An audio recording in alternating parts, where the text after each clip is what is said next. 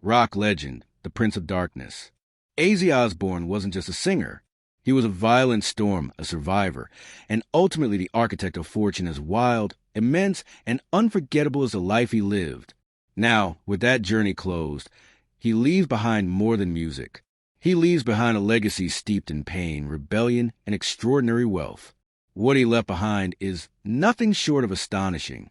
At the time of his passing, Ozzy's fortune was estimated at over $220 million, built over 5 relentless decades of touring. Platinum albums, chaotic television appearances, an empire of darkness turned into gold. He sold more than 100 million records worldwide, both as a legendary voice of Black Sabbath and as a solo artist, each note contributing to a steady stream of royalties that will echo long after his final breath. His real estate portfolio was Gothic in grandeur and global in scale. A castle-like countryside estate in Buckinghamshire, complete with a personal rehab wing, a luxurious penthouse at Sierra Towers, and historic mansions across Beverly Hills and Hancock Park. Each property bears the imprint of a man who lived fiercely and came back stronger. Then there's his car collection, sleek, dark, and thunderous. An Audi R8, a Ferrari 458, a Rolls-Royce Phantom, and several classic British beasts, all reflecting Aussie soul, refined in design, brutal under pressure. What he left behind is the story of a man who rose from the bottom of Birmingham's slums to carve his name into the Mount Rushmore of music. A man who, even in his final moments, wasn't thinking about indulgence, but about impact. In this video, you'll discover the full extent of the fortune, legacy, and what he left behind. Before we begin, don't forget to hit like as a quiet tribute to this extraordinary talent. Before we explore what he left behind, let's take a few quiet minutes to remember and return to the day Ozzy Osbourne took his final breath. On July 22nd, 2025, the walls of his Buckinghamshire estate stood still. There were no stage lights, no echoing roars from a stadium, no pyrotechnics erupting behind a man known for setting the world on fire. There was only silence. A silence so thick it seemed to mourn with the family huddled around his bedside. Sharon Osbourne, his wife of more than 4 decades, held his hand as the machines began to slow. She didn't cry. She whispered, "You did it. You made it through." That moment was not theatrical. It wasn't loud. It wasn't mad. It was human, quiet, deep, final. And in that quiet, the world felt the weight of losing not just a rock legend, but a man who had lived 1,000 deaths before this one.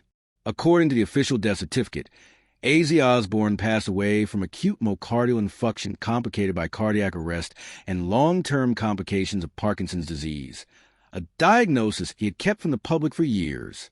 While fans had noticed the tremors, the stiffness, and the slowing of the wild man they once knew, very few understood just how much pain he carried privately. "There are days I can't even hold a cup," he confessed in a 2020 interview. "But I'm still breathing, still fighting." Back in 1979, when he was cast out of Black Sabbath for being too wild, even for the band that had made darkness a brand, Ozzy spiraled. Lost in his own mind, he locked himself away in hotel rooms, drowning in a toxic cocktail of addiction, alcohol, and despair. He was no longer a rock star. He was a ghost trailing behind a man he used to be. The days blurred into nights and the nights into black holes. Few expected him to survive the year. Fewer still thought he'd return. But then came Sharon, and with her something even more shocking than the fall, hope. His comeback wasn't a second chance. It was resurrection. And it didn't just save his soul. It built a legacy. When Blizzard of Oz dropped in 1980, it wasn't merely an album, it was a lifeline. Songs like Crazy Train weren't just hits. They were redemption anthems. The album went multi-platinum, and for the first time in years, Ozzy saw light. In a 1997 interview, he said, "That record bought me my first real home. It bought me a future. Every note screamed, not indulgence, but survival. Every dollar earned wasn't luxury. It was proof he still mattered. But even the light had shadows. In 1982, tragedy sliced through the victory. Randy Rhoads, Ozzy's closest creative companion, was killed in a freak airplane crash during a tour. The news shattered him. He didn't speak. He didn't eat. He just crumbled. "I died with Randy that day," he would say years later. "The rest of me has just been pretending." And yet, even broken, he walked back into the studio. Even hollowed out, he sang. From ashes, he rebuilt again and again. The 1991 album No More Tears became both a cry and a triumph, selling over 4 million copies in the U.S. alone. The royalties flowed. The empire expanded. But so did the scars. "I never thought I'd live long enough to be rich," he once said, half laughing, half weeping. Then came 2003. An ATV accident nearly ended everything again. Broken collarbone, 8 shattered ribs, a punctured lung. As Sharon prepared for the worst, AZ did what he always did. Held on. They told her to say goodbye. He recalled, "But I wasn't ready. Not yet." Still, fate kept dealing him cruel hands. In 2020, he revealed a secret he had carried in silence: Parkinson's. But the disease had already been there, clawing at him quietly. The world saw the shuffling steps, the trembling hands, but they didn't see the will. The man was at war with his own body. Yet he kept appearing, kept thanking fans, kept standing beneath lights he could no longer see clearly. In the twilight of his life, the madness faded. The noise subsided. The Buckinghamshire estate that once held wild parties became a sanctuary of quiet, lined with prayer, soft laughter, and whispered farewells. Those close to him say he laughed when he could. He forgave. He rested. He let go. Ozzy Osbourne's final moment wasn't a breakdown. It was a breakthrough. After decades of fire, fury, and falling apart, he left this world not in spectacle, but in stillness. He departed, holding the hand that steadied him through every storm. There were no anchors, just a heartbeat slowing into silence, a legacy carried on a breath of goodbye. And in that silence, the legacy began to speak. What AZ left wasn't just wealth. It was the weight of a legacy forged through fire. At the time of his passing, Ozzy Osbourne's estimated net worth stood at a staggering $220 million. But behind that number lies not just fame and fortune, but scars, sacrifice, and decades of survival. Every cent in that empire was earned, often painfully in the glow of stage lights and the shadows of personal collapse. His fortune was carved from over 50 years of relentless creation. More than 100 million records sold worldwide, spanning his time with Black Sabbath and his explosive solo career. From a ferocious chaos of Paranoid to the haunting vulnerability of Mama, I'm Coming Home. Each note became a brick in the empire of a man who refused to disappear.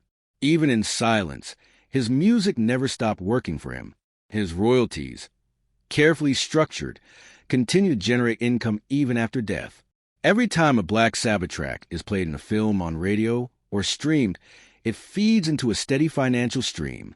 His solo discography, filled with multi-platinum albums, remains a goldmine of rights and renewals.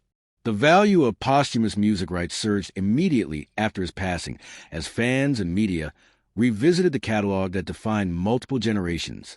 Then there's the Osbourne brand.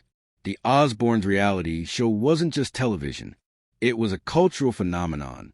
From 2002 to 2005, it gave the world a front-row seat to AZ's chaotic home life, launching a merchandising empire and licensing deals that carried into podcasts, memoirs, and re-releases. Even in later years, Sharon expertly managed rights to his name, music, and image, turning chaos into commerce. Licensing revenue also came from AZ's likeness and music being used in commercials, documentaries, retrospectives, and tribute shows. Music historians estimate that over 30% of his estate's ongoing income post-death will come from synchronization rights, soundtracks, advertising, biopics, and documentaries about heavy metal's most iconic madman. But numbers alone cannot carry the story, because behind every contract, behind every streaming milestone, is a complicated web of family. According to documents reviewed shortly after his death, AZ left a comprehensive estate plan, one that balanced generosity with foresight. Sharon, his rock through every storm, was granted lifetime estate use, meaning she can live in and maintain full access to the family's properties until her own passing. It was his way of ensuring she would never feel alone in the homes they built together.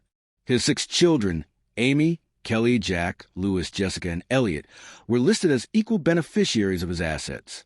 Each will receive a portion of the royalties and business interests tied to Azy's career. For Amy, the eldest daughter, who often stayed out of the spotlight, a special trust fund was established, protecting her privacy while honoring her place in his heart. But even the best prepared wills can't guarantee peace. Rumors of quiet tensions have surfaced, particularly regarding the control of future projects involving Azy's unreleased material. However, insiders say the family is committed to honoring his legacy without falling into chaos. As Sharon once said, Azy gave us everything. Now, it's our job not to tear that apart. Ultimately, the fortune he left behind was more than just real estate, royalties, and rights. It was a sum total of pain turned into purpose, of suffering turned into song, of a boy from Birmingham who defied death more times than most could imagine and left the world not only richer in dollars, but in meaning. Because when a man dies, his money stays. But when a legend dies, his story multiplies. Azy's empire wasn't just built to last. It was built to echo, and echo it will.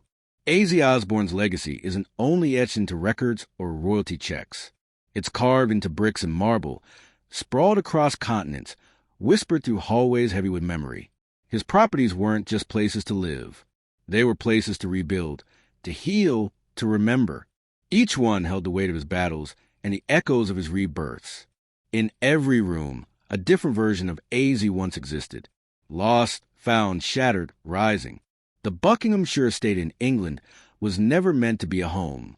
Originally, it was a hideaway, a fortress tucked into the countryside where paparazzi couldn't find him, where the spotlight couldn't reach, and where the only noise came from the wind and the quiet tremble of recovery. After a brutal stint of drug and alcohol addiction, this estate became his sanctuary of sobriety. Hidden in one of the back wings was a private rehab facility, a space built not out of luxury, but of necessity. There, Azy learned to walk again, not with legs, but with will. Sharon, ever the anchor, said in a 2010 interview that house saved his life. But healing doesn't mean forgetting. Tucked in the estate's quietest corner was a room Azy called the silence room, where he would sit for hours writing, humming, sometimes just breathing. No gold records on the walls, no photos, just one window and a wooden chair. That room saw no applause, only survival. After his near-fatal ATV crash in 2003, Azy needed distance. He moved into a luxury penthouse at Sierra Towers in Los Angeles, away from the chaos, the hills, the echo of concerts long gone. Sierra Towers was sleek, high above the city with walls of glass that caught the sun but kept the world at bay.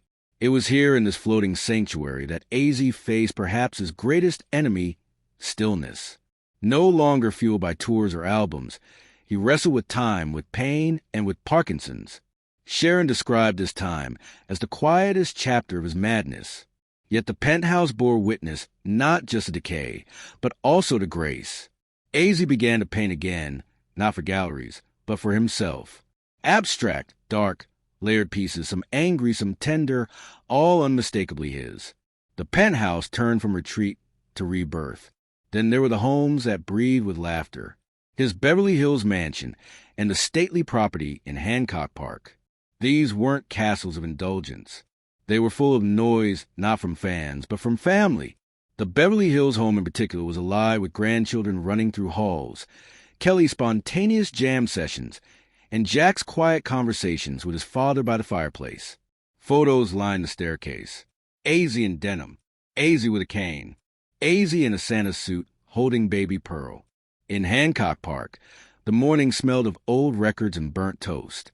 The kitchen always had music, sometimes his, sometimes Sinatra's. Azy would hum along. These homes were less about the man on stage and more about the man off it. The father, the grandfather, the husband. Every property marked a different season of his life. Buckinghamshire was recovery. Sierra Towers was reckoning. Beverly Hills was reunion. Hancock Park was reflection.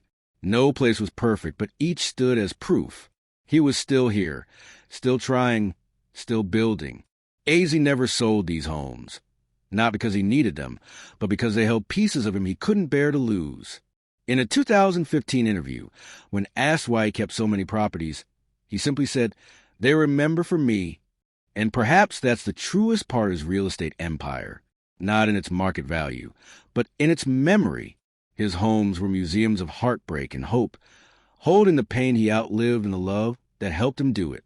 Ozzy's garages were more than collections. They were monuments. Each car wasn't just a machine. It was a memory frozen in metal. He owned an Audi R8, Ferrari 458, Rolls-Royce Phantom. Each one thunderous, sleek, and unapologetically loud. Like the man himself, he never cared much for brands, only how the engine felt beneath him. Speed was his therapy, the roar of AV8, his escape from silence. But there was one car he never touched again. In the back of his Buckinghamshire garage, under a gray cloth, sat an old black Cadillac. It hadn't moved since 1982, the year Randy Rhoads died. That Cadillac was their tour car. Ozzy drove it once on the morning before Ree's plane went down. Sharon tried more than once to convince him to sell it, or at least move it, but he wouldn't. "It's staying," he said. "That car knows too much." Every time he walked past it, he would slow down, sometimes place a hand on the hood, sometimes whisper something no one could hear. To anyone else, it was just a car. To Ozzy, it was a moment the music almost stopped. A relic not of power, but of pain. And in that silence, the car remained untouched, waiting, like grief that never quite left. Because not every engine needs a roar. Some just need to remember. Even as the lights dimmed and the world prepared to say goodbye to a legend, Ozzy Osbourne had one more act of vulnerability to share. One not performed on stage, but sealed in envelopes, tucked within his final will. No spotlight, no applause, just ink, paper, and a quiet kind of redemption. In the final pages of his testament, Ozzy left behind something far more powerful than numbers or assets. He left letters, handwritten, imperfect. Tear-stained letters addressed to the people who had stood by him through chaos and calm. These weren't public declarations. These were private reckonings. His soul laid bare, one word at a time. To Sharon, his lifelong partner and battle comrade, the letter was both apology and gratitude. It wasn't grandiose. It was real. "You were the lighthouse when I was drowning in fog," he wrote. "I gave you storms. You gave me shelter." For a man who roared on stage, he was never great with words in real life. But on paper, in the quiet privacy of goodbye, he found the voice to say thank you and I'm sorry in ways he never could have allowed. Each of his children received a letter as well, custom, raw, and deeply personal. To Kelly, a reflection on her strength and the weight of fame she never asked for. To Jack, a bittersweet memory of their shared hikes and quiet fireside chats during Ozzy's recovery. To Amy, a heartfelt acknowledgement of her independence, her decision to walk her own path away from the spotlight. "You were brave in ways I wasn't," he wrote. He didn't try to rewrite history. He simply wanted to make peace with it. Beyond the personal, Ozzy's legacy extended toward causes that had quietly mattered to him for decades. In his will, he directed substantial donations to 3 specific areas. First, a foundation supporting mental health care, especially for recovering addicts and young men battling depression. He knew too intimately what it meant to scream into silence and have no one hear you. This fund,